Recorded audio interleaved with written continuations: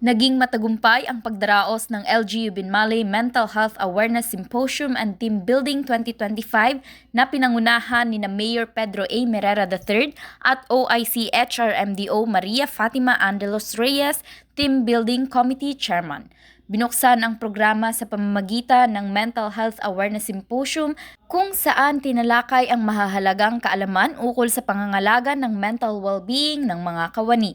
Nakatuon ang diskusyon sa kahalagahan ng pagpapanatili ng balanseng kaisipan, tamang stress management at pagpapahalaga sa sarili upang maging mas epektibo sa pagtupad ng tungkulin sa lokal na pamahalaan.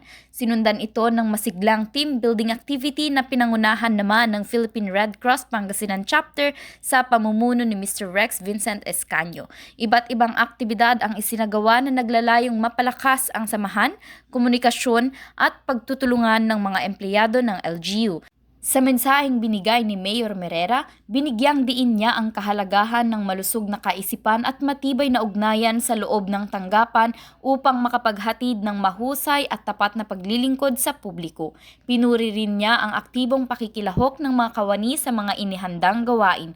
Layunin ng buong aktibidad na palakasin ang mental well-being, itaguyod ang positibong workplace culture at paunlarin ang samahan upang higit pang mapataas ang kalidad ng serbisyo publiko ng LGU Binmaley.